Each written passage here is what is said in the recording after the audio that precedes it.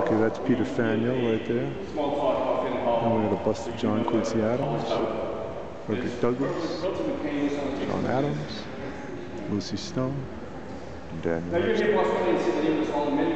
Liberty now and forever. But there's Sam Adams, George Washington. Even though it's a French name. And if you do say it in French, someone's liable to give you directions to Montreal if you made a wrong stuff too. But don't get me wrong, Boston was a thoroughly English town in colonial days, but they would make the exception for the occasional French Huguenot, French Protestant.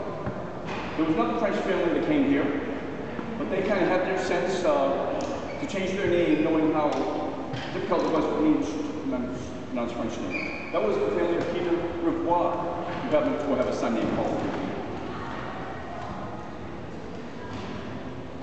Now I'm sure in this group, even though it's a small group, there are those among us who have a favorite cause. Maybe you devote your time to something, maybe you donate money to a cause, or maybe you're one of those very few that actually dedicates their life to a cause. Now, no matter where you are on that spectrum, you perhaps want to learn about the story of the Boston Puritans and their Faneuil Hall, because they seem to have had a knack for changing the world, and they did that for almost 300 years, often using their Faneuil Hall as a platform to do that. I'll give you a little background. The English Puritans, and became the Boston Puritans, came here in 1630, very savvy and industrious, as most colonists were. You had to be even to get here. In no time at all, they were selling salt cod to the rest of the world and making a pretty good penny on that. Obviously, where they get the salt cod? The North Atlantic. Then they moved inland and saw a vast acreage of forests.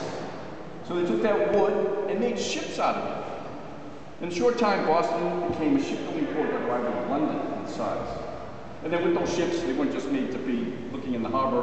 They traded with those ships, largely with the wealthiest of the English colonies, the British West Indies, where, for example, they would import molasses into Boston, and here distill it into rum, and then sell rum to the rest of the world. They made money on that.